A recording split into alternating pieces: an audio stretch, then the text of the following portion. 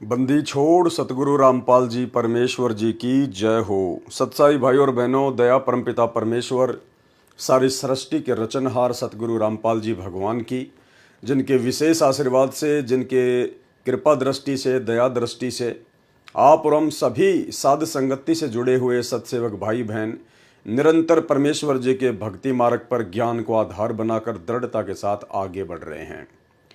इस कलयुग की बिचली पीढ़ी में साक्षात धरती पर प्रकट पूर्ण ब्रह्म परमात्मा सतगुरु रामपाल जी परमेश्वर जी के विशेष आशीर्वाद के बिना ऐसा बिल्कुल भी संभव नहीं हो सकता था। ये परमेश्वर की विशेष दया जो मालिक ने अपनी शरण में लिया, और शरण में लेने के बाद परमेश्वर ने हमें साध संगति का मौका दिया, क्योंकि परमात्मा कहते हैं कि साध संगति हरि भक्ति बिन कोई न उतरे पार, और निर्मल आदि अनादि है गंदा सब संसार।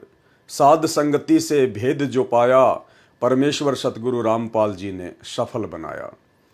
आज गुरुदेव भगवान का विशेष आशीर्वाद और साध संगति की बदौलत ही हम पूर्ण ब्रह्म परमेश्वर जो असंख्य ब्रह्मांडों का स्वामी है, जो निर्गुण रूप में सतलोक में बैठकर सभी का भरण पोषण करता है, वह परमेश्वर स्वयं धरती पर संत रामपाल जी के रूप में प्रकट है, जिनको हम आज पहचान पाए, जान पाए। तो भाई और बहनों, अब इतनी बड़ी मेहर गुरुदेव भगवान ने आप और हमारे ऊपर कर दी है, तो हमने भी किसी भी प्रकार से कोई भी कसर इस भक्ति मार्ग में, भक्ति को लेकर, मर्यादाओं को लेकर, गुरुदेव के प्रति भाव और श्रद्धा को लेकर नहीं रखनी है। तो भाई और बहनों, यथार्थ भक्ति बोध के सरलार्थ के ऊपर हम आगे बढ़ें, उससे पहले गुरुदेव भगवान से विनती करेंगे, आशीर्वाद लेंगे, ताकि परमेश्वर हमें सद्बुद्धि बख्शे और उनके कर कमलों से रचित यथार्थ भक्ति बोध के अनुवाद को हम समझ सकें। बंदी छोड़ सतगुरु रामपाल जी परमेश्वर जी की जय हो।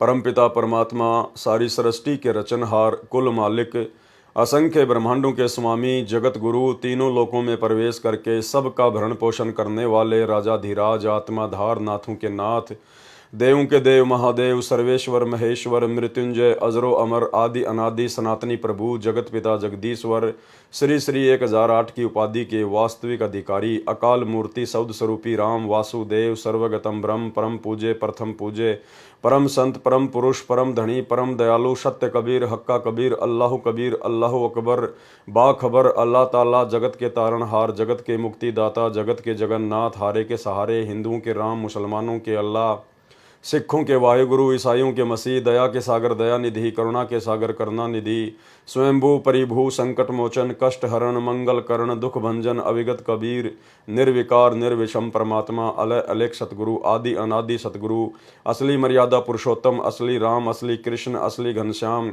असली मुरारी, राजाओं के राजा, महाराजाओं के महाराजा, शहंशाहों के शहंशाह, सम्राटों के सम्राट, भगवानों के भगवान, अल्लाहों के अल्लाह, प्रभुओं के प्रभु, मसीहाओं के मसीह, सच्चे वाहिगुरु, बाबाओं के बाबा, पीरों के पीर, सेठों के सेठ, जगत सेठ, सावड़सा सेठ, सर्वगुण संपन्न, अनंत कोटि कलाओं के स्वामी, अनंत कोटि ब्रह्मांडों के नायक, योगियों में महायोगी, ध्यानियों में महाध्यानी, सिद्धों में परम सिद्ध, ज्ञानियों में तत्वज्ञानी, ब्रह्म ज्ञानी, महाज्ञानी, परम ज्ञानी, सर्वश्रेष्ठ ज्ञानी, विज्ञानी, युवा कबीर, समरथ कबीर, असमवात, अमित ओजा, सच्चे रहनुमा करीम अल्लाह, सुबहान अल्लाह, दुनिया के अंतिम पैगंबर, 8 सितंबर 1951 से गांव धनाना, जिला सोनीपत, हरियाणा, भारतवर्ष की पावन भूमि पे प्रकट रियल कल की भगवान श्री नारायण साकार हरि श्री बाबा साहेब संत शिरोमणि सतगुरु रामपाल जी परमेश्वर जी के चरण कमल में साध संगति से जुड़े हुए देश विदेश से हम सभी सत्सेवक भाई बहनों का अनंत कोटि दंडवत प्रणाम।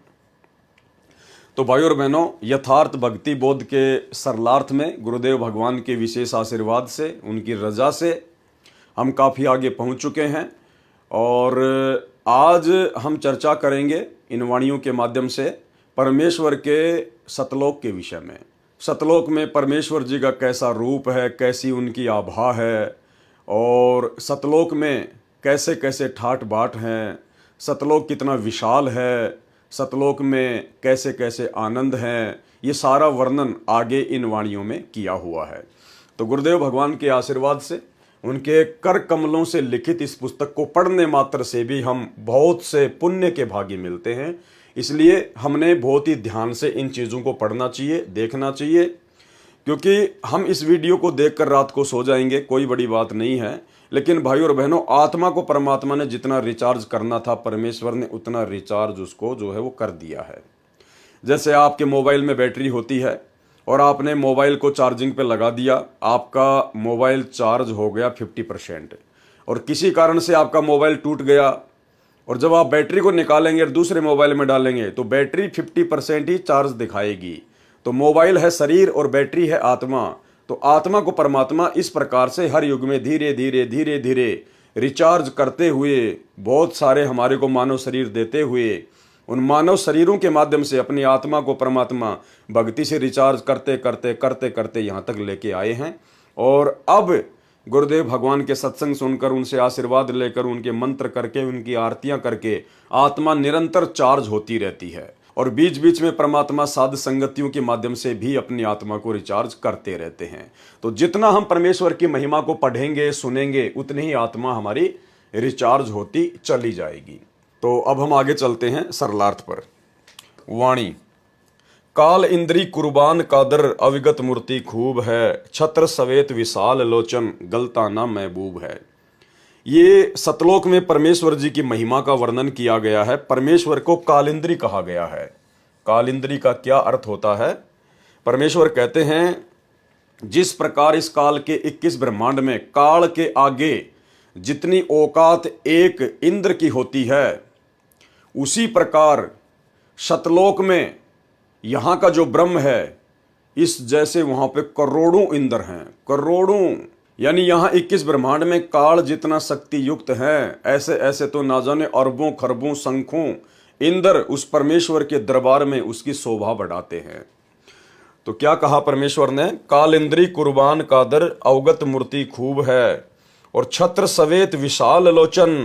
परमेश्वर जी के शीश पर सवेत छत्र है, और जो सवेत छत्र गुरुदेव के सिंहासन के ऊपर है, उनके शीश के ऊपर है सतलोक में।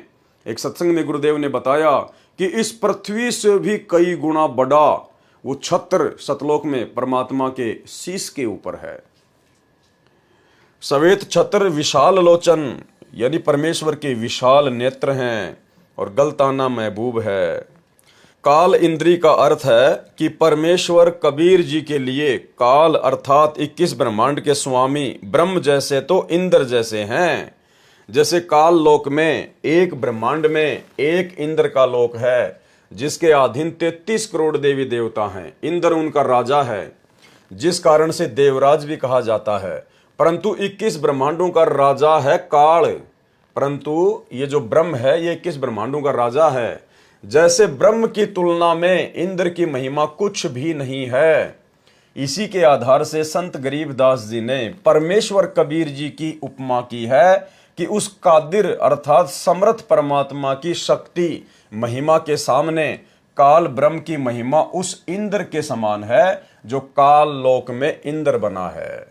इसलिए परमेश्वर को काल इंद्री अर्थात काल ब्रह्म जैसे, जिसके सामने इंद्र जैसे हैं, जैसे चार भुजा वाले को चतुर्भुजी कहते हैं, ऐसे ही परमेश्वर को कालिंद्री कहा जाता है। सतगुरु रामपाल जी परमेश्वर जी को अर्थात कबीर परमात्मा को कालिंद्री भी कहा जाता है। ऐसे कादिर यानी समर्थ परमात्मा पर मैं संत गरीबदास जी कुर्बान हूं। उस अविगत जिसकी गति अर्थात स्थिति से कोई परिचित न होने से उसे अविगत कहा जाता है। परमात्मा की मूर्ति अर्थात जीवित साकार तस्वीर खूब है, अर्थात वास्तव में परमेश्वर सुंदर शकल में है। वह परमात्मा विशाल लोचन अर्थात बड़ी बड़ी नेत्रों वाला है, मस्त महबूब है अर्थात आत्मा का प्रेमी है। जिस सिंहासन तख्त पर परमात्मा विराजमान है उसके ऊपर सफेद छत्र लगा है। जैसे राजा महाराजाओं के सिर पर छातानुमा चांदी या सोने का छत्र लगाया जाता था, उसी प्रकार परमेश्वर की स्थिति आंखों देखकर संत गरीबदास जी ने बताई है। वाणी। दिल अंदर दीदार दर्शन बाहर अंत ना जाइए, और काया माया कहाँ बपूरी तन मन शीस चढ़ाइए। सरलार्थ किया है परमात्मा ने। परमात्मा के दर्शन आप अपने हृदय में कर सकते हैं। दिल अंदर दीदार दर्शन, परमात्मा के दर्शन आप अपने हृदय में कर सकते हैं। भावार्थ है कि जिस समय आप सच्चे दिल से भक्ति करके परमात्मा को पुकारोगे तो आपको हृदय कमल में परमात्मा दर्शन देंगे। यानी परमेश्वर जी की भक्ति के लिए हमें कहीं भी भरमने और भटकने की आवश्यकता नहीं है। उस समय जब परमेश्वर सतगुरु रूप में हमें मिल जाएं और अपना यथार्थ ज्ञान दे दें और सत भक्ति मंत्र दे दें, उसके बाद उनकी अनुपस्थिति में, उनकी गैर हाजिरी में हमने उनके लिए या भक्ति के लिए कहीं भी भटकने की आवश्यकता नहीं है। जिस प्रकार वर्तमान में वही कबीर परमात्मा हमें सतगुरु रामपाल जी के रूप में प्राप्त हैं, मिल चुके हैं। इन्होंने हमें अपना अनमोल तत्व ज्ञान दे दिया, सत भक्ति मंत्र दे दिए और कुछ समय के लिए परमेश्वर अपने मिशन को एक दिशा देने के लिए, लीला करने के लिए हिसार जेल में बैठे हुए हैं। और वर्तमान में जो लोग गुरुदेव भगवान की गैर हाजिरी में जगह जगह आश्रमों में धक्के खा रहे हैं, भटक रहे हैं, सब कुछ उनके पास होने के बावजूद भी तो परमेश्वर कह रहे हैं कि दिल अंदर दीदार दर्शन बाहर अंत ना जाइए। अरे उस समय आश्रम में जाएंगे जब हमारे गुरुदेव भगवान साक्षात हिसार जेल से लीला पूरी करके बाहर आ जाएंगे, क्योंकि परमात्मा सर्व कमलों में भी विद्यमान है। जैसे किसी कमरे के द्वार पर किसी पात्र में जल रखा है और द्वार के ऊपर बल्ब या ट्यूब लगी है और दिन में जल रही है, उधर से सूर्य भी उदय है, तो उस पात्र में सूर्य तथा ट्यूब बल्ब दोनों का प्रतिबिंब दिखाई देता है। ट्यूब का प्रतिबिंब तो केवल कमरे में रखे पात्र के जल में दिखाई देता है, परंतु सूर्य का प्रतिबिंब बाहर व अंदर के सभी पात्रों में दिखाई देता है।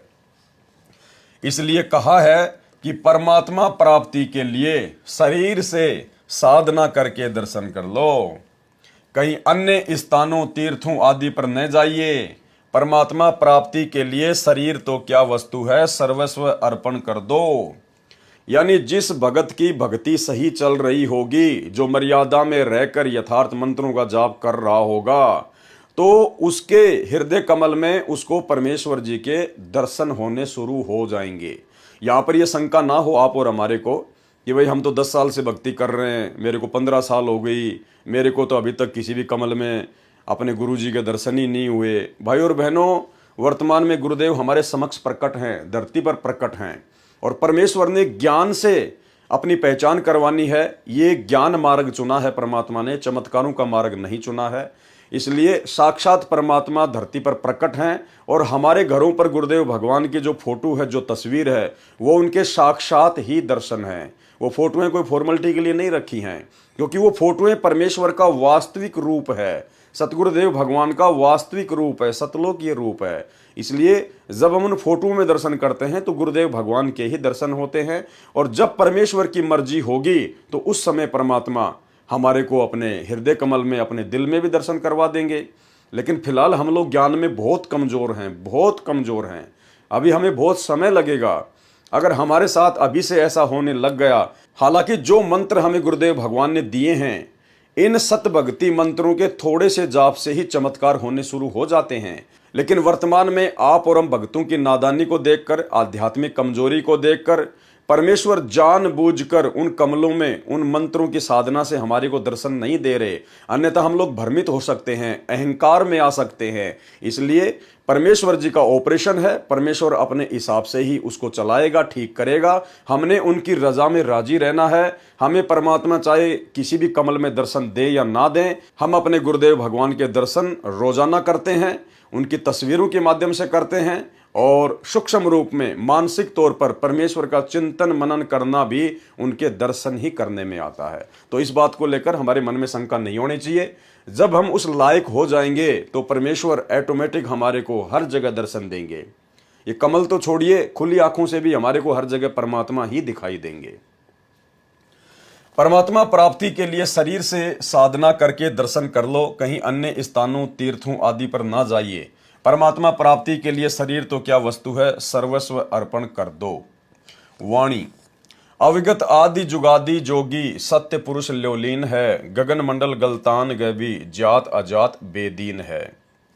अविगत आदि जुगादि जोगी, ये परमेश्वर जी के बारे में लिखा हुआ है कि सत्य पुरुष परमात्मा गगन मंडल अर्थात आकाश में बने सतलोक में रहता है। गगन मंडल गलतान गैबी, सत्य पुरुष परमात्मा गगन मंडल अर्थात आकाश में बने सतलोक में रहता है। वह आदि से ही विद्यमान है, आदि जुगादि, आदि यानी सृष्टि की शुरुआत से, वह आदि से ही विद्यमान है। वही सच्चा जोगी है अर्थात साधु बाबा है, तत्व ज्ञान देने के लिए पृथ्वी पर आता है। वाणी, सुख सागर रत्नागर निर्भय, निज मुखवानी गांव ही, जिन आकर अजोख निर्मल, दृष्टि मुष्टि नहीं आवही। परमेश्वर सुख रूपी रत्नों का आगार है यानी भंडार है।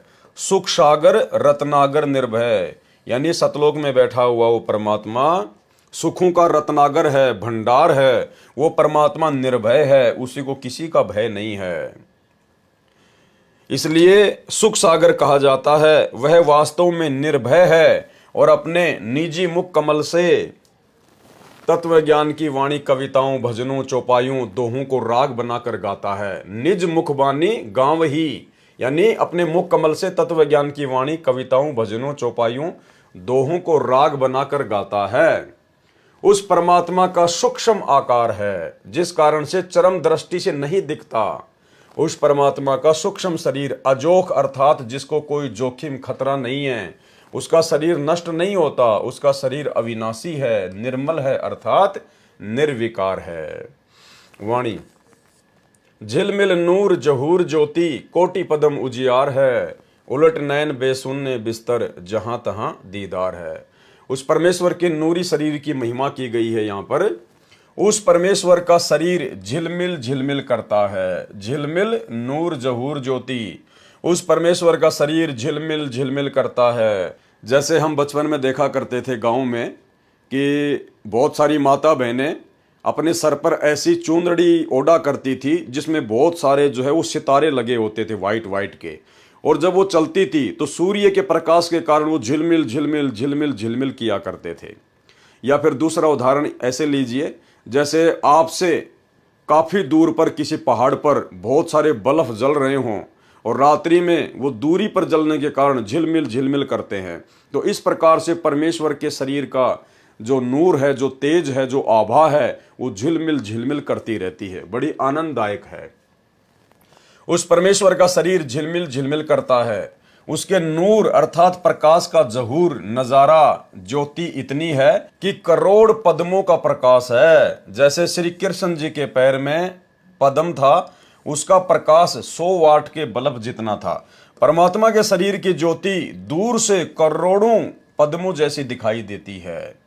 उसको देखने के लिए अपने नेत्रों को संसार से उलटकर हटाकर ऊपर उस शून्य रूप आकाश में लगा, अर्थात जो गुरुदेव भगवान ने हमें साधना दी है, जो मंत्र दिया है सतनाम का, सुरति नृत्य मन और पवन के साथ में पूर्ण मर्यादा में रहकर हम उन मंत्रों का जाप करें और एक समय हमें उस परमेश्वर के दर्शन होने शुरू होंगे। जहां परमात्मा का बिस्तर अर्थात निवास है, वहां उस परमेश्वर का वास्तविक दर्शन होता है, जिसके एक रोम अर्थात शरीर के बाल का प्रकाश करोड़ों सूर्य तथा करोड़ों चंद्रमाओं से भी अधिक है। वाणी, अष्ट कमल दल सक्कल रमता, त्रिकुटी कमल मद निरखही, श्वेत ध्वजा सुन गुम्मट आगे, पचरंग झंडे फर्क ही। उस परमेश्वर का वास कहाँ कहाँ है, वो परमेश्वर कहाँ कहाँ रहता है। अष्ट कमल दल सक्कल रमता, 8वें कमल दल यानी अक्षर पुरुष के लोक में भी वो परमात्मा रमा हुआ है, रहता है। और त्रिकुटी कमल मध्य निरखही, और त्रिकुटी पर भी वो परमात्मा सतगुरु रूप में विद्यमान रहता है। जैसे वाणी संख्या 20 के सरलार्थ में स्पष्ट किया है कि कमरे का बल्ब तो केवल कमरे में रखे पात्रों के जल में ही दिखाई देता है, परंतु सूर्य कमरे के बाहर भी जल में दिखाई देता है। उसी का प्रमाण इस वाणी संख्या 24 में स्पष्ट किया है कि एक 8वां कमल दल समूह है, अष्ट कमल दल सक्कल रमता। 8वां कमल दल समूह है जो काल के लोकों से बाहर अक्षर पुरुष के लोक में है, यानी 8वां जो कमल है वो अक्षर पुरुष का है। काल तक के लोक में ये जो हमारा जो पिंड है, इसमें एक ब्रह्मांड की पूरी रचना है, इसमें केवल 7 ही कमल हैं, 7 ही कमल हैं। 8वां कमल अक्षर पुरुष का है आठवां कमल दल समूह है जो काल के लोकों से बाहर अक्षर पुरुष के लोक में है, उसमें भी परमात्मा है। इसके साथ साथ सकल अर्थात सर्व स्थानों पर उसकी सत्ता है। उसको त्रिकुटी कमल में भी देखा जाता है। शून्य अर्थात आकाश में शून्य स्थान वाले सतलोक में परमात्मा के गुम्मट के ऊपर सफेद ध्वजा फरक रही है, लहरा रही है। उस गुम्मट नुमा महल में परमेश्वर सिंहासन पर विराजमान है। उस गुम्मट के आगे ऊंचे स्तंभ पर 5 रंग का झंडा अलग से फरक रहा है। यानी ये परमेश्वर जी की और उनके सतलोक की महिमा की गई है। वाणी सुन मंडल सतलोक चलिए, नौ दर मुंद बिसुन है, दिव चिशब्यों एक बिंब देखा, निज श्रवण सुनि धुनी है। ऊपर शून्य रूप आकाश में बने सतलोक में चलो, सुन मंडल सतलोक चलिए। उसके लिए बाहर के 9 दर 9 द्वारों को मूंद कर बंद करके दिव्य चिश्मों यानी नेत्रों से एक बिंब अर्थात चमकता चेहरा देखा, अपने कानों से सतलोक की धुन अर्थात शब्द की आवाज सुनी। ये गरीबदास जी महाराज जी कह रहे हैं कि जब मैं गया परमात्मा के साथ में तो मैंने इस प्रकार से उस परमेश्वर जी के दर्शन किए। सुन मंडल सतलोक चलिए, 9 दर मुंद बिशुन है, दिव चिशब्यों एक बिंब देखा, निज श्रवण सुनि धुनी है।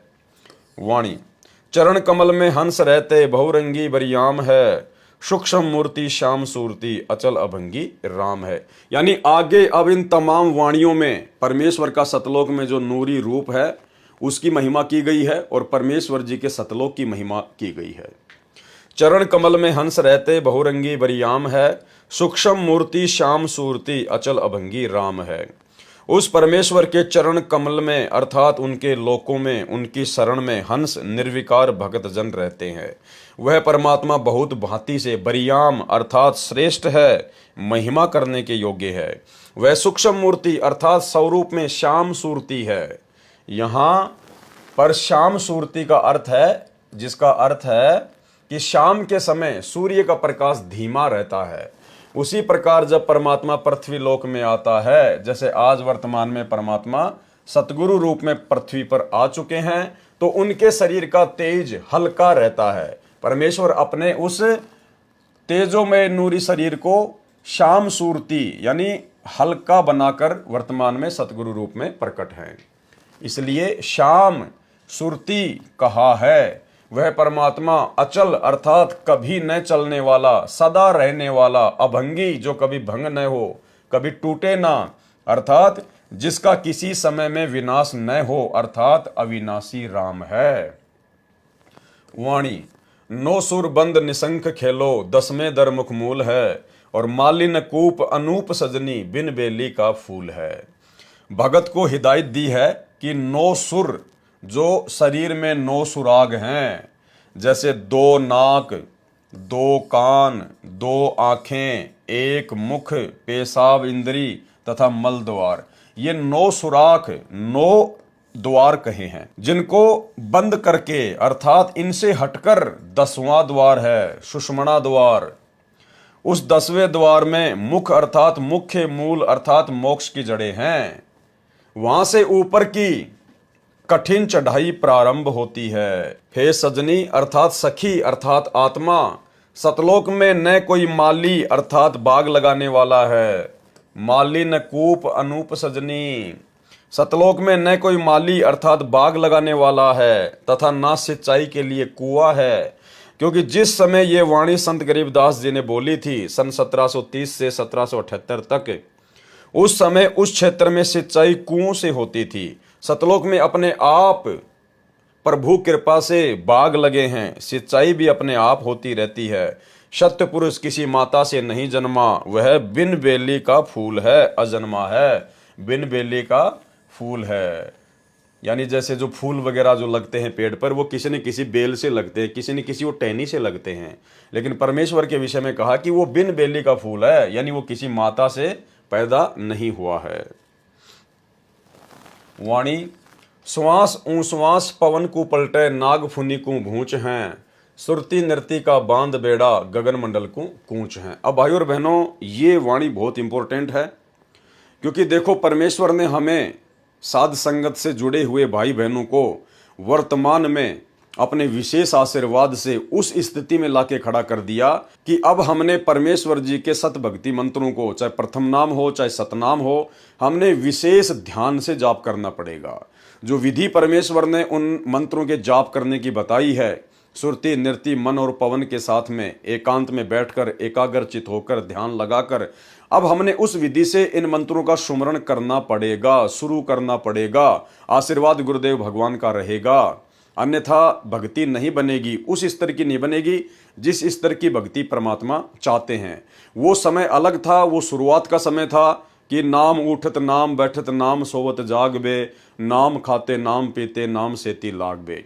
बच्चा जब पहली क्लास में आता है तो उसको बोल बोल के पढ़ाया जाता है, गा गा के पढ़ाया जाता है, A for apple, B for ball. और जब वही बच्चा 8वीं 10वीं में चला जाता है तो उस बच्चे को पूरी वास्तविकता समझ में आ जाती है। फिर वो बच्चा बोल बोल कर नहीं पढ़ाई करता कि A for apple, B for ball, फिर वो डायरेक्ट सेंटेंस बोलता है, क्योंकि उसको पता चल गया कि ए से केवल एप्पल ही नहीं है, ए से तो ना जाने हजारों की संख्या में मीनिंग होते हैं। तो इसी प्रकार गुरुदेव भगवान ने आप और हमारे को उस लायक बना दिया साध संगति से जोड़ के कि अब हमने परमेश्वर की भक्ति को, उनके सत भक्ति मंत्रों को विशेष सावधानी से लेना पड़ेगा। श्वास ऊ श्वास पवन को पलटे नाग फुनी को भूंच है, सुरती नृति का बांध बेड़ा गगन मंडल को कूच है। श्वास जो बाहर छोड़ते हैं तथा ऊ श्वास जो अंदर लेते हैं, यानी सतनाम के विषय में परमात्मा समझा रहे हैं। इस विधि से जो नाम के जाप को करके वायु को अर्थात श्वास को सूक्ष्म करके नागफनी अर्थात सर्पनुमा नाड़ी जो नाभि के चारों ओर 2.5 लपेटे लगाई है उसका ढीला करना है, उसको ढीला करना है, तब ऊपर चलने का मार्ग मिलता है, तब ऊपर चलने का मार्ग मिलता है। और वो होगा कैसे? वो सतनाम के जाप से होगा। फिर सतनाम का श्वास से सुमरण करता है, आकाश में बने सतलोक की ओर प्रस्थान करना होता है। सुरती नृति का बेड़ा बांधने का अभिप्राय है। अब ये ध्यान से सुनना कि हमने इन मंत्रों को किस विधि से करना है और कितनी गहनता से लेना है। सुरती नृति का बेड़ा बांधने का अभिप्राय है कि सतनाम का जाप श्वास से मन तथा सुरती नृति का समूह बनाकर करने को बेड़ा बांधना कहा गया है। यानी सारे एलिमेंट हमने इन मंत्रों के ऊपर लगाने पड़ेंगे जो विधि गुरुदेव ने जिस मंत्र की बताई है, सुरती नृति मन पवन। पुराने समय में दरिया को पार करने के लिए सूखी लकड़ियों को इकट्ठा करके लगभग 20 फुट चौड़ा तथा 3 फुट मोटा बेड़ा बनाते थे, दरिया में डालकर उसके ऊपर बैठकर नदी को पार करते थे। उसी का उदाहरण देकर कहा है कि आत्मा भव सागर से पार होने के लिए सुरति नृति मन तथा पवन श्वास को इकट्ठा करके बेड़ा बांध ले। भावार्थ है कि सुमरण करते समय मन सुरति नृति और श्वास मंत्र के जाप पर लगी रहे, ऐसा सुमरण सफल होता है। क्या बताया परमात्मा ने? ऐसा सुमरण सफल होता है। मन कहीं गया, श्वास कहीं चल रही है, माला हाथ में चल रही है, ये सुमरण सफल नहीं होता। और ये कौन सी स्थिति है कि नाम उठत नाम बैठत नाम सोवत जागबे, नाम खाते नाम पीते नाम सेती लागबे। उस स्थिति में क्या होगा? मन कहीं गया, श्वास चल रहा है, माला हाथ में चल रही है, यह सुमरण सफल नहीं होगा। वो केवल भक्ति की शुरुआत तक ठीक था, जिस समय हमें संपूर्ण ज्ञान नहीं होता है, हम इस भक्ति से भगवान से इतने परिचित नहीं होते हैं। तो परमात्मा चाहते हैं कि ये जैसे भी खाता पीता उठता बैठता दौड़ता भागता मंत्रों को करता रहे, और जब ये आगे बढ़ेगा, सत्संग सुनेगा, ज्ञान होगा, तो एक दिन विधि से भी करेगा। तो भाई और बहनों, अब हमने परमेश्वर के द्वारा जो विधि बता दी गई है, सुरति नृति मन और पवन से एकाग्रचित होकर कुछ समय हमने परमेश्वर के सुमरण के लिए निकालना पड़ेगा। यानी विधिवत हमने जाप करने पड़ेंगे, अन्यथा बात नहीं बनेगी, कमाई हमारी नहीं बन पाएगी। परमेश्वर कबीर जी ने कहा है, कबीर माड़ा तो कर में फिरे और जीव फिरे मुख माही, और मनवा तो 10 दिशा फिरे, ये तो सुमरण नाही। वाणी सुन ले जोग बिजोग हंसा, शब्द महल को सिद्ध करो, ये गुरु ज्ञान विज्ञान वाणी, जीवित ही जग में मरो। अब ये वाणी भी बहुत ज़्यादा इंपॉर्टेंट है आप और हमारे लिए, सत्सेवकों के लिए, सुमरण को लेकर। सुन ले जोग बिजोग हंसा, यानी एक तो होता है सामान्य ज्ञान और एक होता है विशेष ज्ञान। जोग और बिजोग, शब्द महल को सिद्ध करो।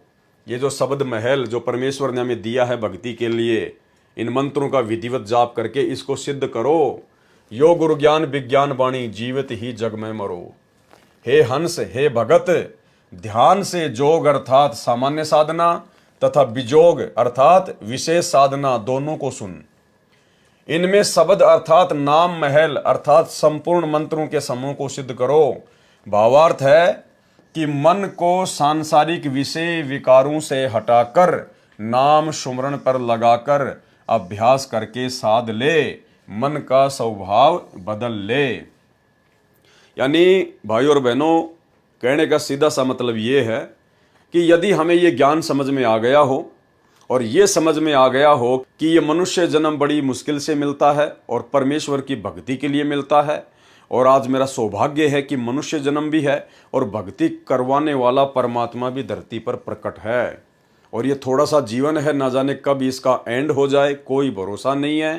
तो ऐसी स्थिति में फिर भगत को तन मन धन से, मन कर्म वचन से, दिलो जान से केवल भक्ति के प्रति ही समर्पित होना है। उसको अपना 90% समय केवल परमेश्वर की भक्ति में लगाना चाहिए, 10% केवल अपनी रोजी रोटी के लिए, और रोजी रोटी भी परमेश्वर के आशीर्वाद से मिलेगी, उनकी रजा से मिलेगी।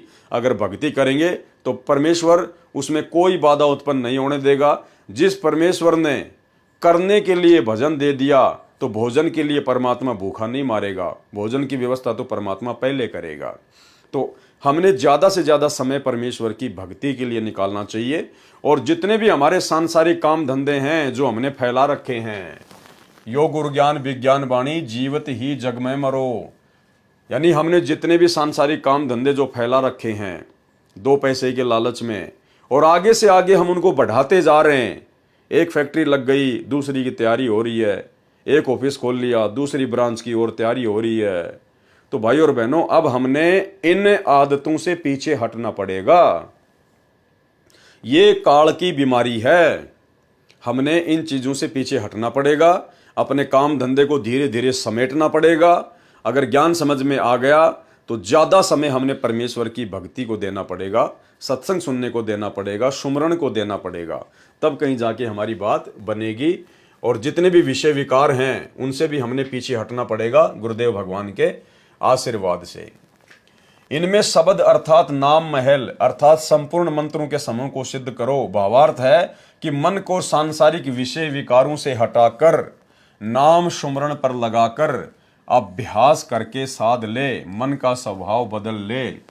ये है गुरु ज्ञान और विज्ञान अर्थात तत्व ज्ञान की वाणी अर्थात वचन, और जीवित ही जग में मर ले। जीवित जग में मरने का भाव है कि मन की कल्पनाओं को रोककर इच्छाओं का दमन कर। मन की कल्पनाओं को रोककर, मन तो आपको हमेशा आगे से आगे बढ़ाएगा, और अब तो आपको परमात्मा की भक्ति मिल गई, आपको सहारा मिल गया परमात्मा का, अब तो आपका काम धंधा पहले से कहीं अच्छा चलेगा, तो मन आपको आगे से आगे दौड़ाएगा कि बेटा काम बढ़ा, लेबर बढ़ा। तो भाई और बहनों, इन मन की कल्पनाओं को हमने रोकना है, ये सोचकर कि ये काम धंधे करते करते तो असंख्य जन्म बीत गए, कुछ भी हाथ नहीं आया। और भाई और बहनों, अब ये परमात्मा मिला है, काम धंधा भी परमात्मा चलाएगा, थोड़े से में पूरे परिवार का पेट भरेगा, समय आने पर हर प्रकार की हमारी इच्छाओं की पूर्ति करेगा, और बाकी जोड़ जोड़ के रखना, बैंक बैलेंस बनाना, ये फिर भक्ति में भक्तों के काम नहीं है। जीवित जग में मरने का भाव है कि मन की कल्पनाओं को रोककर इच्छाओं का दमन कर। जैसे व्यक्ति की अचानक मृत्यु हो जाती है, उसके मन की सारी योजना फेल हो जाती है। साधक पहले से ही यह धारणा बनाकर संसार में निर्वाह करता है, लंबी चौड़ी योजनाएं न बनाकर इच्छाओं को सीमित रखता है। यानी भगत के परमात्मा ने लक्षण बताए हैं कि लंबी चौड़ी योजनाएं न बनाकर इच्छाओं को सीमित रखता है।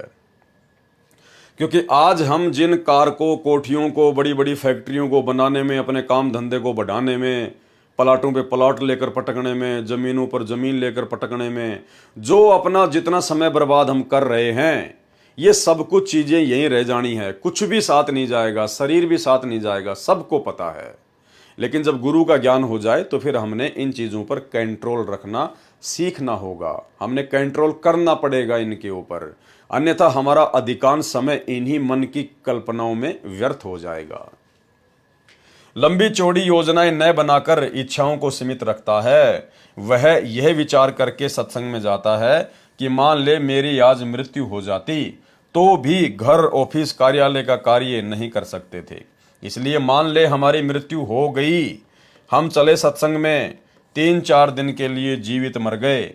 विचार करें, मृत्यु तो किसी की भी कभी भी हो सकती है, तब भी कार्य से सब्र करना पड़ता है। सर्व कार्य सदा के लिए छूट जाता है, वह हानि भी हो जाती है जो मरने वाले की कमाई मेहनत व्यापार न करने से होनी है। उसकी क्षतिपूर्ति कभी नहीं हो सकती। जो भगत जीवित मरकर सत्संग में 3-4 दिन के लिए गया था, उसके अभाव में 3-4 दिन में जो व्यवसाय में हानि होनी थी उसकी क्षतिपूर्ति तो वह फिर से कर सकता है, क्योंकि वह परमानेंट नहीं मरा है, वह तो जीवित मरा है। वैसे तो भक्तों के सत्संग में जाने से कभी हानि नहीं होती, लाभ ही होता है। इसको कहते हैं जीवित मरना। संत गरीबदास जी ने कहा है कि गुरुजी द्वारा बताए ज्ञान तथा तत्व ज्ञान का सारांश ये है कि यदि भक्ति करना तथा मोक्ष पाना चाहता है तो जीवित मर ले, यानी उपरोक्त सारी चीजों को अपने जीवन में धारण कर ले। मन की कल्पनाओं को शांत कर, रोक, विषय वासनाओं से विषय विकारों से अपने आप को हटा और एक प्रकार से जीवित मर के परमात्मा की भक्ति कर कि सोचो मैं तो मर गया, अब ना कोई काम, ना कोई धंधा, ना कोई रिश्तेदारी, ना कोई बोलने वाला। इस भाव से हमने परमेश्वर जी की भक्ति को महत्व देना है और परमात्मा फिर अपने भगत के काम बिगड़ने नहीं देता है। वाणी, उज्ज्वल हिरंबर श्वेत भोरा अक्षय व्रत सतबाग है, जीतो काल विशाल सोहम तरतीवर बैराग है। अब भाई और बहनों, ये जो आदरणीय गरीबदास जी महाराज जी की वाणियां हैं, ये गूढ़ ज्ञान है, इनमें बहुत सारी भाषाओं के शब्दों का समावेश है और ये वाणियां एक कैप्सूल रूप में है, यानी कैप्सूल के अंदर एक बीमारी का समाधान छुपा होता है। तो ये एक बार के कोई देखने से या पढ़ने से आप और हमारी समझ में नहीं आएंगी। कोई ये सोचे कि भाई हम तो पढ़ रहे हैं, हमारी समझ में नहीं आ रही ये वाणियां, तो ये मुझे भी कोई एक बार कोई पढ़ने से या देखने से समझ में नहीं आ रही हैं, लेकिन आत्मा चार्ज हो रही है, आत्मा अंदर से इस ज्ञान को स्वीकार जो है वो कर रही है। और धीरे धीरे जब हम इन वीडियो को बार बार देखेंगे, परमेश्वर की इस पुस्तक को जब कभी हम पढ़ेंगे, कभी हम गुरुदेव के सत्संग सुनेंगे, इन वाणियों का जिक्र आएगा, क्योंकि आने वाले समय में परमात्मा गरीबदास जी की वाणियों पर ही सत्संग करेंगे। बाकी ब्रह्मा विष्णु महेश का बाप कौन है, उसकी माँ कौन है, दुर्गा का पति कौन है, ये परमात्मा ने बता दिया जो बताना था। वो डीवीडी भर चुकी हैं, मेमोरी कार्ड भर चुके हैं, सत्संग यूट्यूब पर पड़े हैं, जिसको वो प्रमाण देखने वहां जाकर देखो। आने वाले समय में परमात्मा केवल वाणियों का ही खुलासा करेंगे, तो फिर हमें ये वाणियां भी धीरे धीरे समझ में आने लगेंगी। इसलिए यदि किसी भाई के मन में इस प्रकार का भाव उठ रहा हो कि मेरे तो कुछ समझ में नहीं आ रहा, मेरे तो कुछ जो है पल्ले नहीं पड़ रहा, भाई ये पल्ले एक बार में नहीं पड़ती हैं, इनको पल्ले लगाने के लिए बहुत सारा समय देना पड़ता है, इनको बार बार इनको पढ़ना पड़ेगा, परमात्मा के सत्संगों को ध्यान से सुनना पड़ेगा। इसलिए आप केवल इनको पढ़ते जाइए, देखते जाइए, आत्मा को उसकी खुराक मिलती जा रही है और बाकी धीरे धीरे समझ में आने लग जाएंगी। उज्ज्वल हिरंबर श्वेत भोरा अक्षय व्रत सतबाग है, जीतो काल विशाल सोहम तरतीवर बैराग है। सतलोक को अक्षय वृक्ष सतबाग कहा है, श्वेत भोरा आत्मा को कहा है, क्योंकि सतलोक एक अविनाशी स्थान है। भगत काल लोक में मैले विचारों वाला काला भंवरे जैसा हो चुका है। ये भगत उत्तम कर्म करके सत्य साधना करके उज्जवल सफेद हंस बनकर जाता है, अर्थात पवित्र होकर सतलोक में जाता है। उसके लिए बताया है कि सोहम आदि आदि जो भक्ति के संपूर्ण मंत्र हैं उनको तरतीवार प्राप्त करके तरतीवर बैराग है। तरतीवर का मतलब होता है तरतीवार, कर्म अनुसार। जैसे परमात्मा 3 क्रम में हमारे को नाम दीक्षा देते हैं, उसको कहते हैं तरतीवार। उसको तरतीवार प्राप्त करके, जैसे पहली बार दीक्षा में 7 मंत्र दिए जाते हैं, दूसरी बार में सतनाम की दीक्षा दी जाती है, फिर तीसरी बार में सारनाम देकर दीक्षा क्रम पूरा किया जाता है। इसको तरतीवार बैराग धारण करना कहते हैं। मोक्ष के लिए वैराग्य कर ले, संसार के अस्थायी सुख तथा संपत्ति संतान से मोह कम करके वास्तविकता को ध्यान में रखकर साधना करने को संत जी ने कहा है, जिससे काल के जाल से मुक्त हुआ जा सकता है। इसे काल को जीतना कहा गया है। वाणी मनसा नारी कर पनिहारी, खाखी मन जहाँ लिया, कुंभक काया बाग लगाया, फूले हैं फूल बिसा लिया। यानी मनसा का मतलब परमात्मा ने बताया हमारी इच्छाएं, फालतू की ये कल्पनाएं जो मन पैदा करता है, तो हम इनको कैसे सेट करें, तो उसके लिए परमात्मा ने बताया मनसा नारी कर पनिहारी। अब ये पनिहारी क्या होती है? इस साखी में उपमा अलंकार है। मन की कल्पनाओं को उस औरत की तरह भक्ति तथा शुभ काम में लगाए रख, जैसे पहले के समय में पानी लाती थी, उसको सारा दिन पानी लाने में ही व्यस्त रहना पड़ता था, उसको पनिहारी कहा जाता था। खाखी मन जो अज्ञान से प्रेरित होकर सांसारिक चौंचलों वैभव को प्राप्त करने के लिए मनसा अर्थात कल्पनाएं करता रहता है, खाखी मन जहां मालिया, यह कल्पनाओं का बाग लगाने वाला माली है। खाखी मन, ये जो मन है, जो काल है, ये क्या है? एक प्रकार से माली है। ये इस मन को यहाँ की खाकी थोथी जो कल्पनाएं हैं उनके अंदर लगाए रखता है। मकान बना ले, गाड़ी ले आ, वो प्लाट सस्ता मिल रहा है वो ले ले।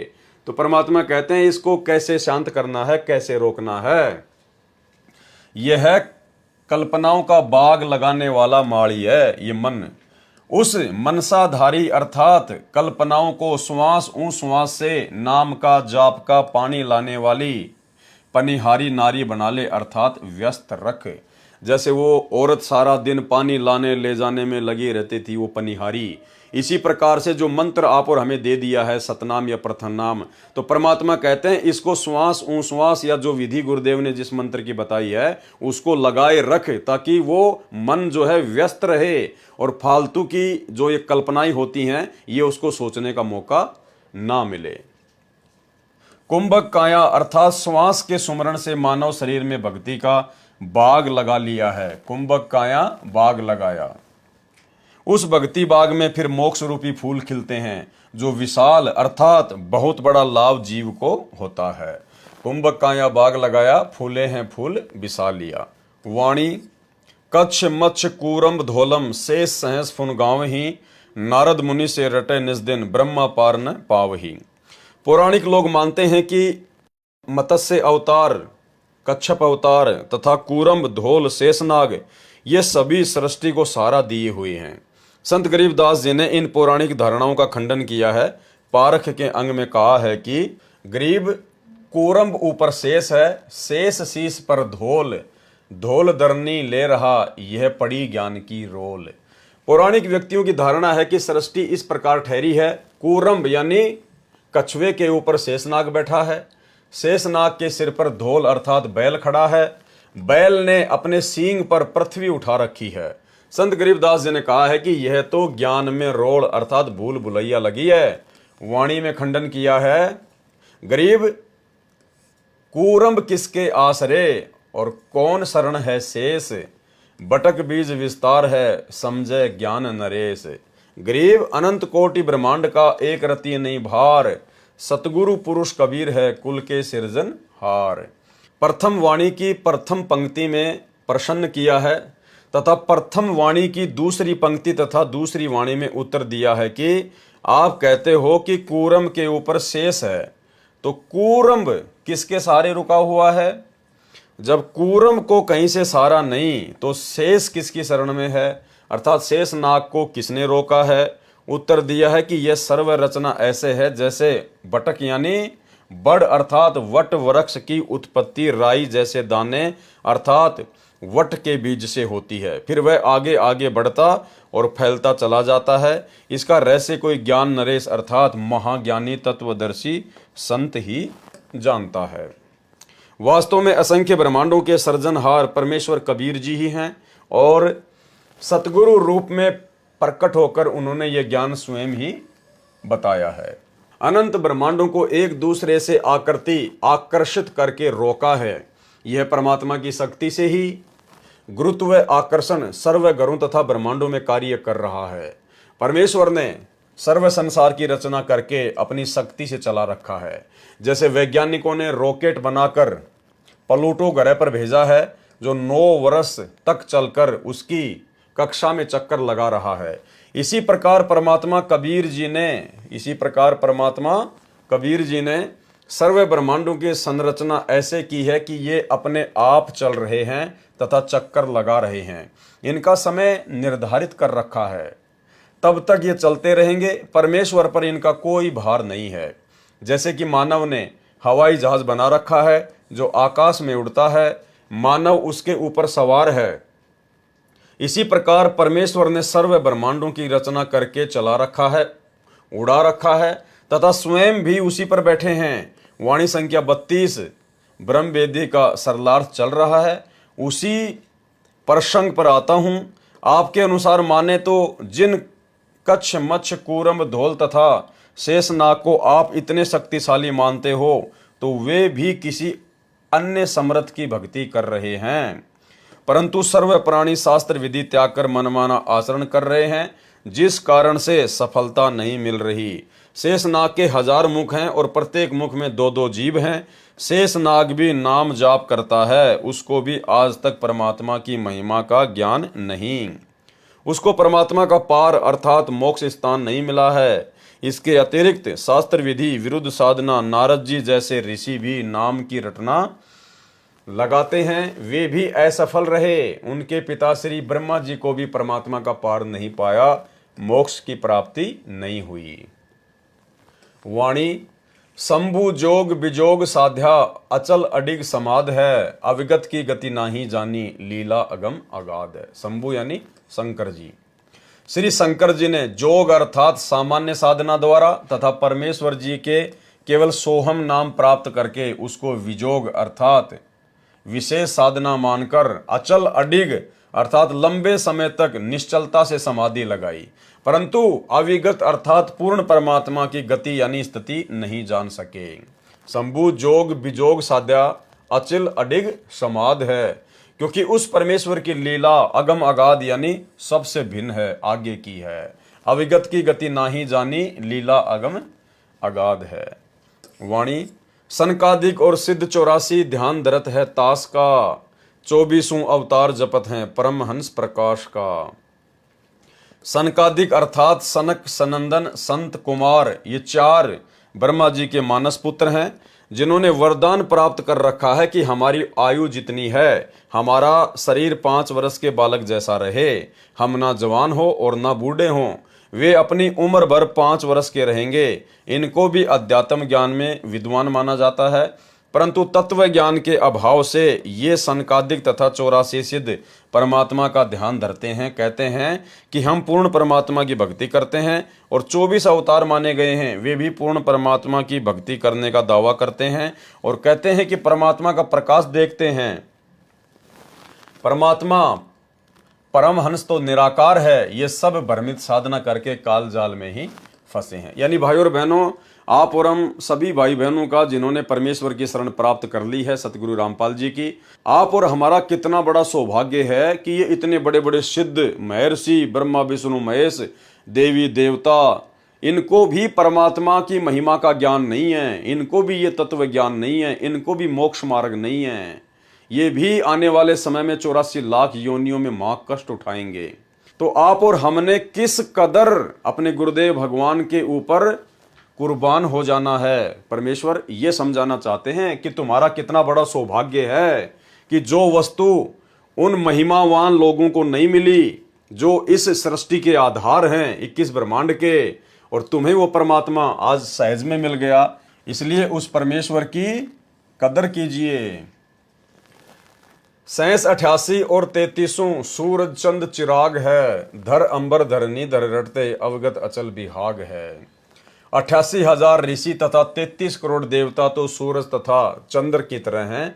जैसे देवताओं को सूरज जानो और ऋषि रूपी चांद से अधिक उज्जवल हैं।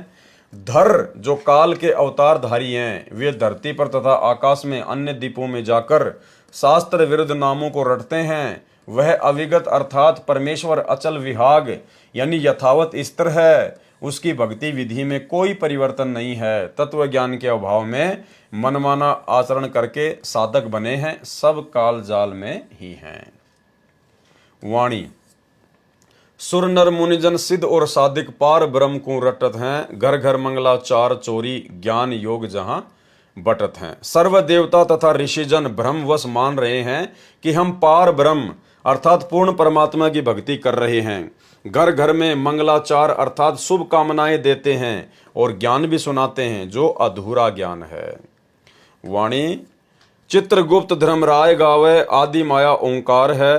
कोटि सरस्वती लाभ करत है ऐसा पार ब्रह्म दरबार है। यानी इस वाणी में सतलोक की महिमा की गई है। चित्र तथा गुप्त तथा धर्मराज भी ओंकार अर्थात काल का जाप करके उसकी आदि माया जाल में उलझे हैं। काल लोक में शारदा अर्थात सरस्वती जो ब्रह्मा जी की पुत्री है, उसकी आवाज अत्यंत सुरीली बताते हैं। उसके गाने सुनकर देवता लोग आनंद लेते हैं। संत गरीबदास जी ने बताया है कि सतलोक जो पार ब्रह्म का दरबार है, उसमें ऐसी ऐसी करोड़ों सरस्वती अपनी सुरीली आवाज में गाने गाती हैं। वाणी कामधेनु कल्पवृक्ष जाके इंद्र अनंत सुर भरत हैं। पार्वती कर जोर लक्ष्मी सावित्री शोभा करत हैं। इस वाणी में भी सतलोक की महिमा की गई है।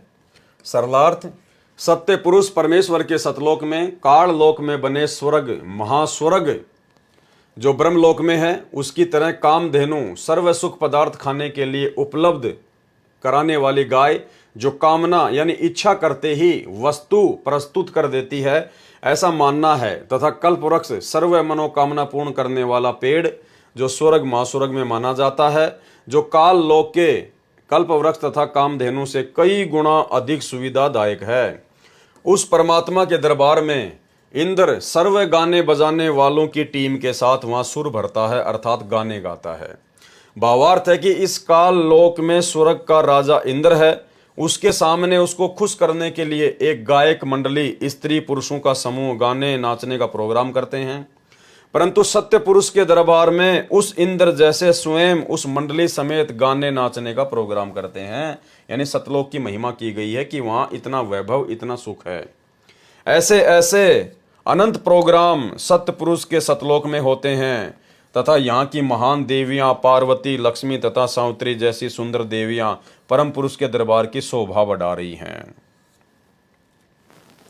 वाणी गंधर्व ज्ञानी और मुनि ध्यानी पांचों तत्व खवास हैं।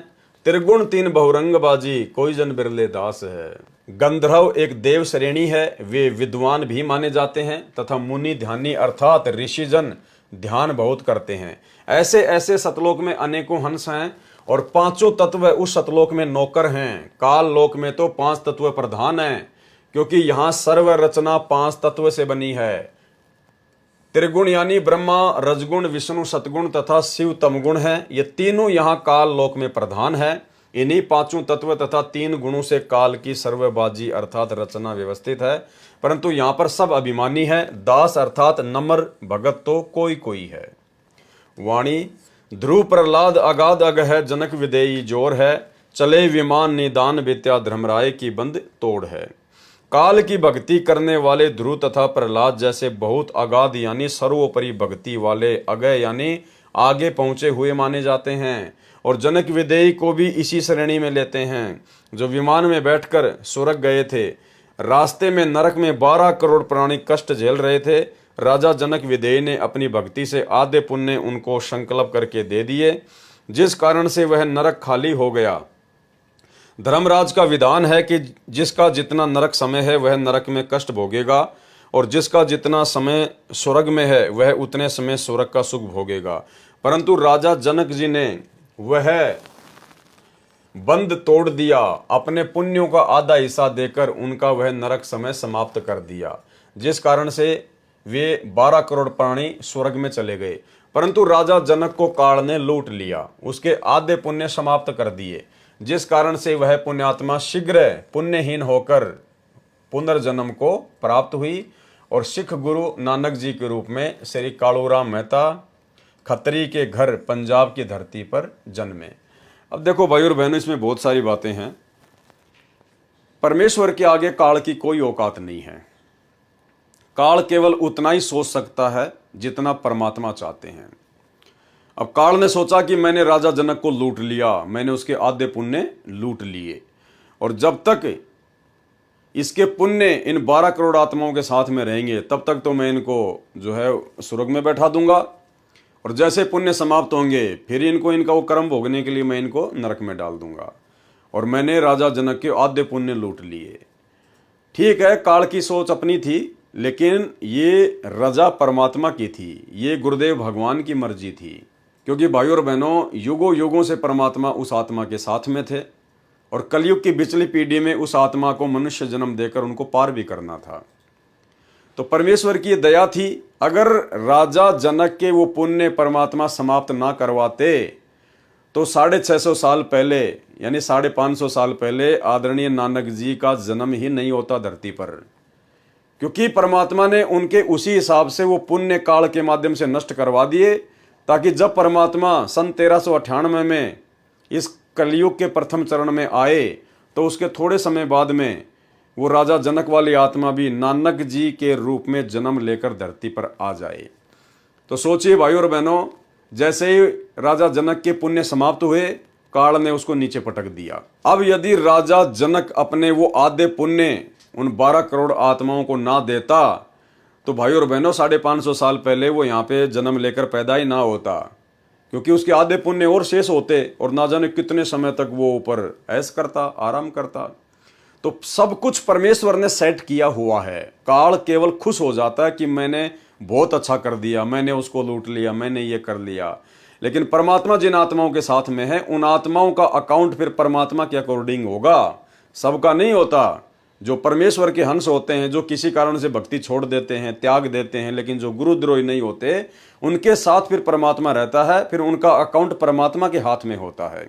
तो सारा खेल ये सतगुरु रामपाल जी भगवान का, उस कबीर भगवान का था।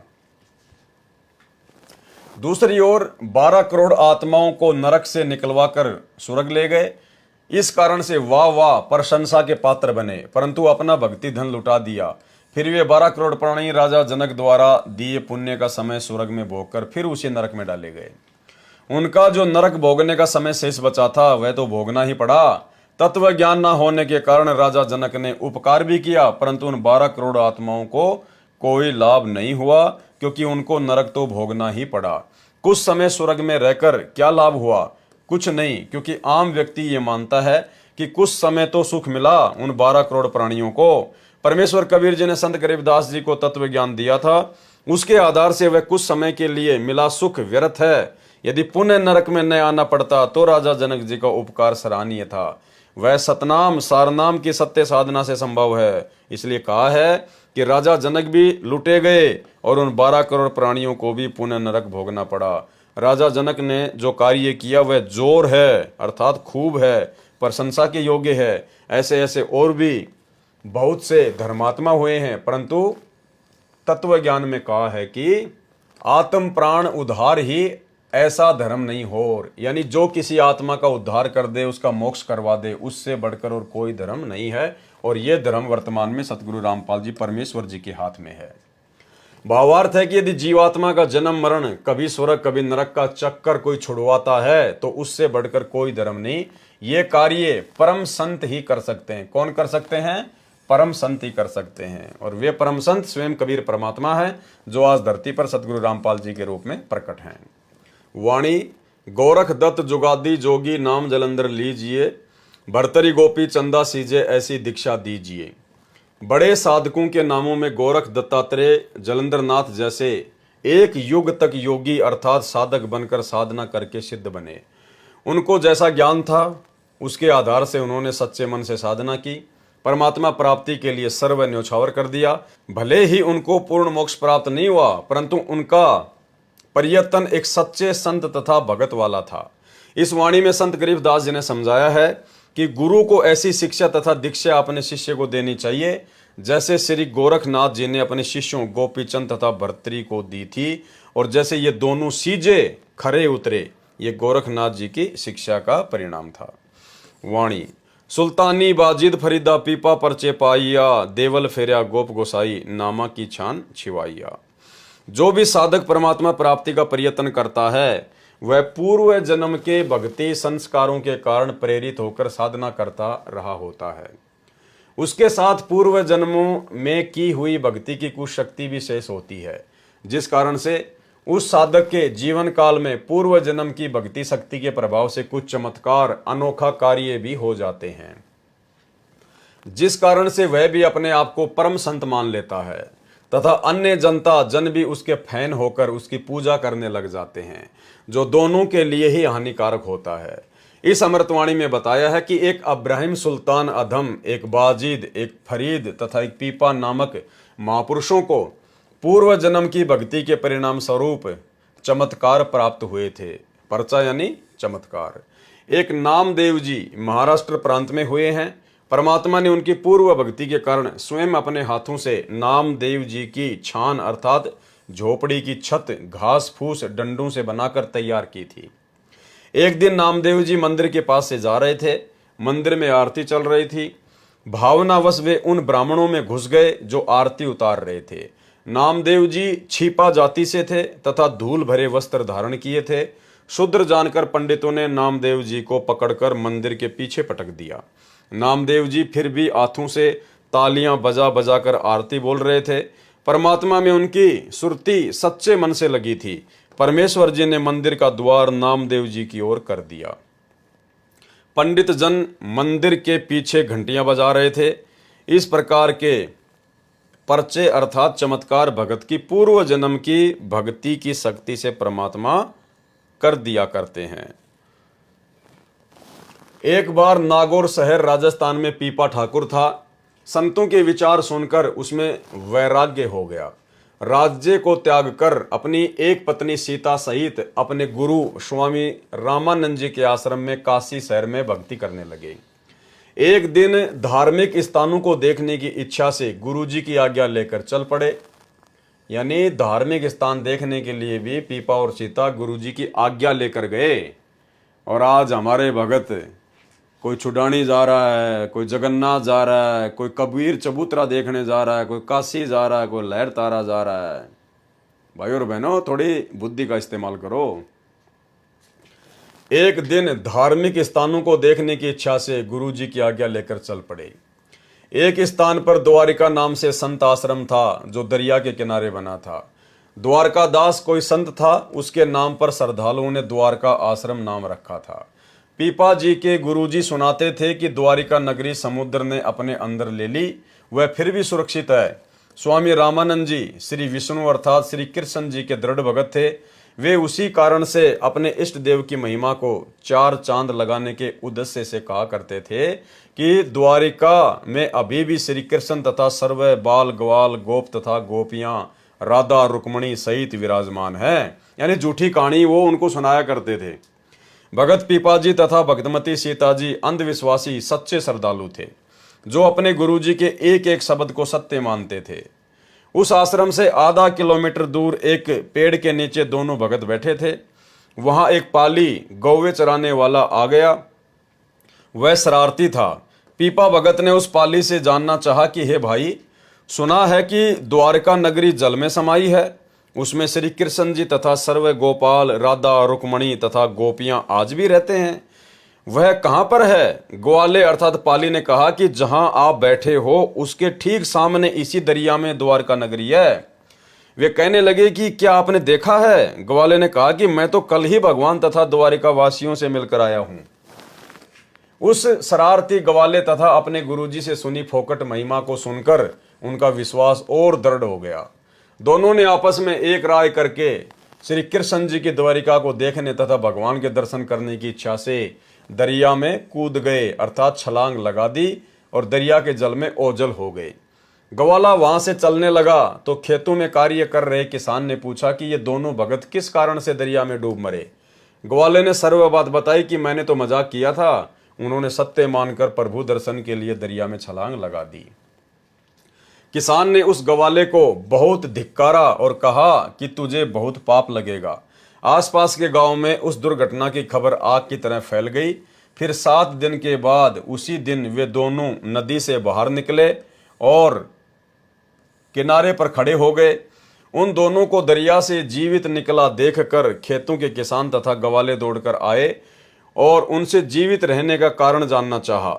भगत पीपाजी व भगतमती सीता जी ने बताया कि हम डूबे नहीं, हम तो भगवान श्री कृष्ण जी से मिलने, उनके दर्शन करने द्वारिका नगरी में गए थे। हमारे गुरुजी ने बताया था कि भगवान की द्वारिका जो वास्तविक नगरी है वह जल में समा गई है। भगवान तथा सर्व द्वारिकावासी आज भी उसमें आनंद ले रहे हैं। जो द्वारिका जल से बाहर है वह तो बाद में बनाई गई है, वह वास्तविक द्वारिका नहीं है। हम 7 दिन तक भगवान श्री कृष्ण जी के साथ उनके महल में रहे हैं। हमारी सेवा भगवान श्री कृष्ण जी ने सुदामा जी की तरह की। राधा तथा रुक्मणी जी, श्री कृष्ण जी सर्व रानियों से मिले, गोपी तथा ग्वालों से भी बातें की। जब हमने चलने की आज्ञा चाही तो श्री कृष्ण जी ने अपनी अंगुली से निकालकर मेरे को, पीपा जी को अंगूठी छाप दी। देखो, इस पर कृष्ण अक्षर लिखा है, शुद्ध सोने की है। उपस्थित व्यक्तियों को बड़ा आश्चर्य किया कि ये क्या कह रहे हैं। बातें विश्वसनीय नहीं है, परंतु उनको अपनी आंखों से दरिया में डूबते तथा बाहर आते देखा है। अविश्वास को स्थान नहीं है। जब वे अपने गुरु रामानंद जी के आश्रम काशी बनारस में पहुंचे तो उनको भी श्री कृष्ण जी से मिलने और 7 दिन तक उनके साथ रहने की बात कही तो उनको भी विश्वास नहीं हुआ। कहने लगे कि क्या कह रहे हो, तुम्हारा दिमाग तो नहीं चल गया? जल में जीवित कैसे रह सकते हो? जल में तो द्वारिका है, वह तो खंडर हो चुकी है। यानी वो पहले तो कह रहा था कि वहां सभी रहते हैं, श्री कृष्ण, बाल गवाल गोपियां रहती हैं, और अब कह रहा है कि वो तो खंडर हो चुकी है। भगवान श्री कृष्ण जी तो गोलोक में ऊपर जा चुके हैं, उस समुद्र में थोड़े ही हैं। जब पीपा सीता ने बार बार भोलेपन से कहा तथा सर्व गोपाल गोपियों, राधा रुक्मणी, श्री कृष्ण जी से हुई बातें बताई तथा श्री कृष्ण द्वारा दी गई छाप अंगूठी दिखाई जिस पर कृष्ण नाम खुदा हुआ था देवनागरी लिपि में, ये सब पीपा सीता से सुनकर तथा छाप देखकर स्वामी रामानंद जी को विश्वास करना पड़ा। वह छाप वर्तमान में बनारस के श्री द्वारिकाधीश मंदिर में सुरक्षित है। इसलिए वाणी में कहा है कि पीपा परचा पाइया, अर्थात पीपा जी को परमात्मा का चमत्कार प्राप्त हुआ। अब भाइयों और बहनों, ये तत्व ज्ञान है और गुरुदेव भगवान के आशीर्वाद से इसको समझा जा सकता है। इसमें बहुत सारे भेद हैं। जिस समय समुद्र में पीपा और सीता जी ने छलांग लगाई उस समय वो पीपा जी और सीता जी नहीं थे, वो स्वयं परमात्मा थे। उन्होंने दोनों रूप बना रखे थे और परमेश्वर जी ने भक्ति को जीवित रखने के लिए और लोगों के दिलो दिमाग में इस बात को जो है वो ताज़ा रखने के लिए कि यहाँ पर द्वारिका थी, श्री कृष्ण जी था, उसका अस्तित्व था, इस बात को बनाए रखने के लिए ताकि लोगों की आस्था भक्ति और भगवान में बनी रहे इस बिचली पीढ़ी तक। ये सारा खेल परमात्मा सतगुरु रामपाल जी ने अर्थात कबीर भगवान ने किया। कैसे? उससे पहले पीपा जी के साथ में एक घटना और घटी थी। भाई पीपा तो एक राजा था, नागौर का, राजस्थान का। उसके पास में कोई सिद्धियां नहीं थी, उसके पास में ऐसा कुछ भी नहीं था, और वो अपनी पत्नी सीता के साथ में रामानंद जी के साथ में भक्ति करने के लिए निकल पड़ा।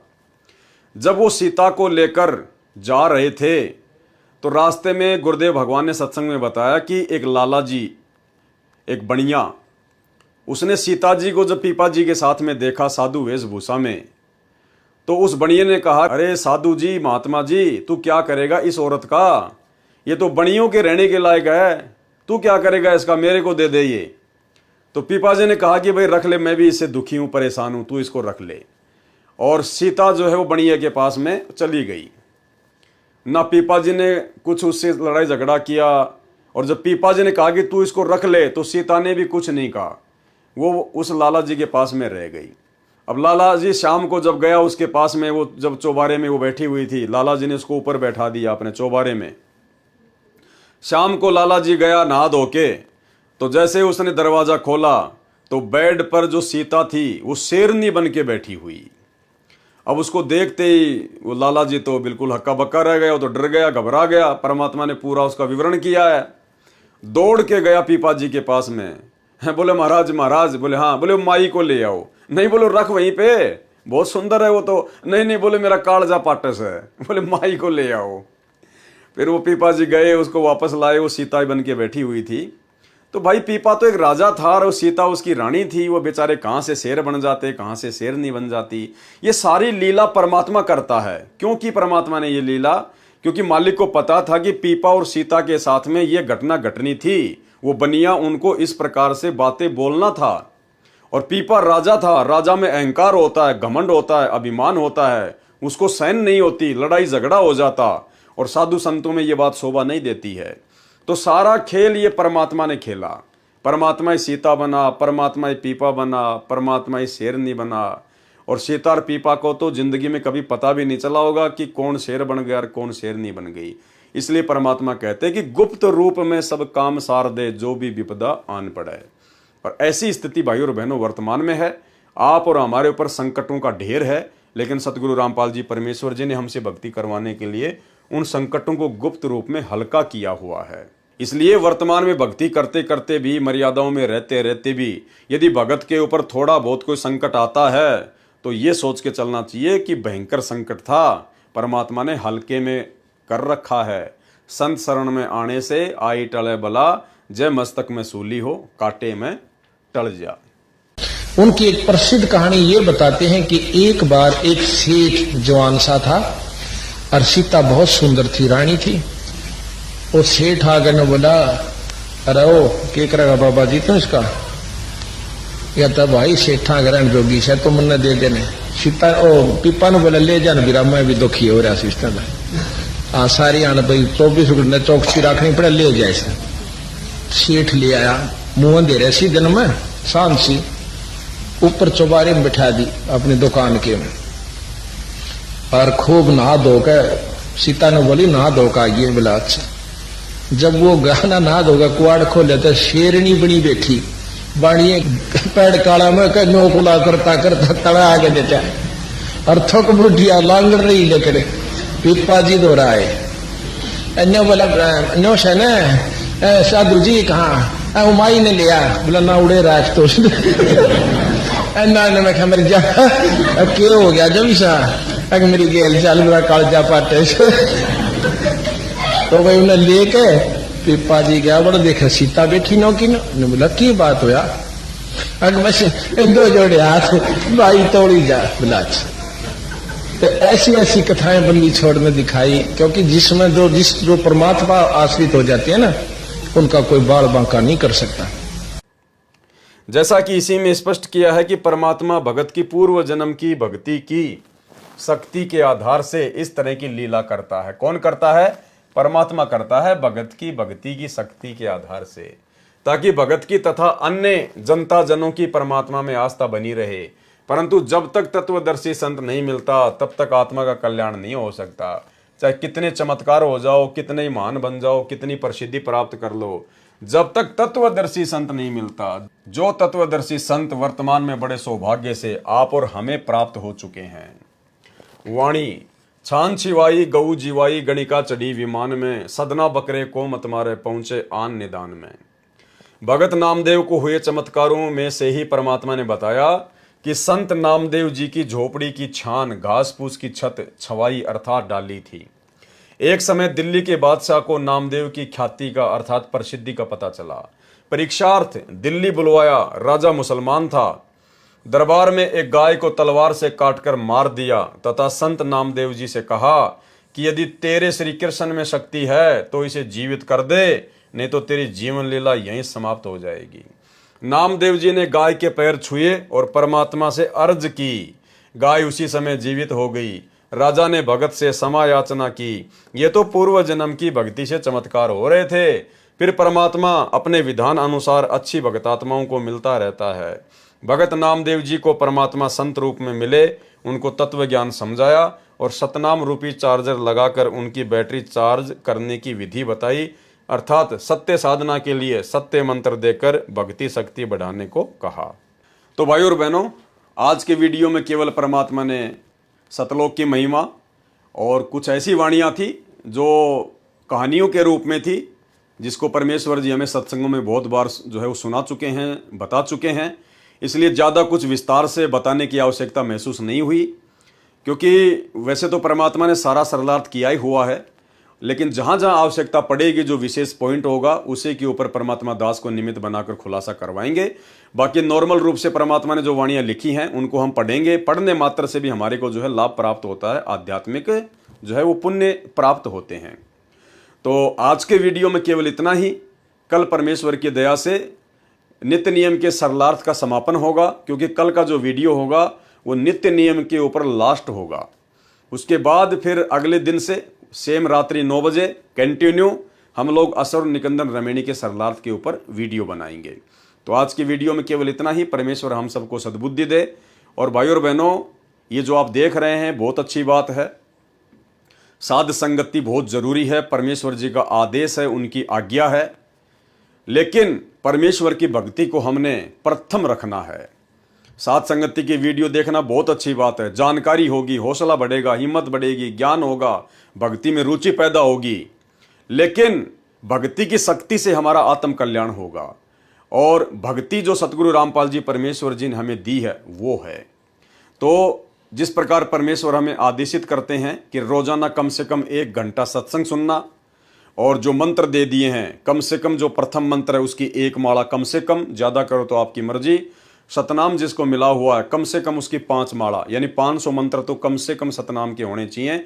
बाकी आप चाहे 2000 करो, 5000 करो, वो आपकी मर्जी, आपकी मौज, जितना करोगे उतना फायदा। और 5 यज्ञ जो परमेश्वर ने हमें बताए हैं वो हम नियमित रूप से करते रहें, गुरुदेव भगवान से विनती करते हुए।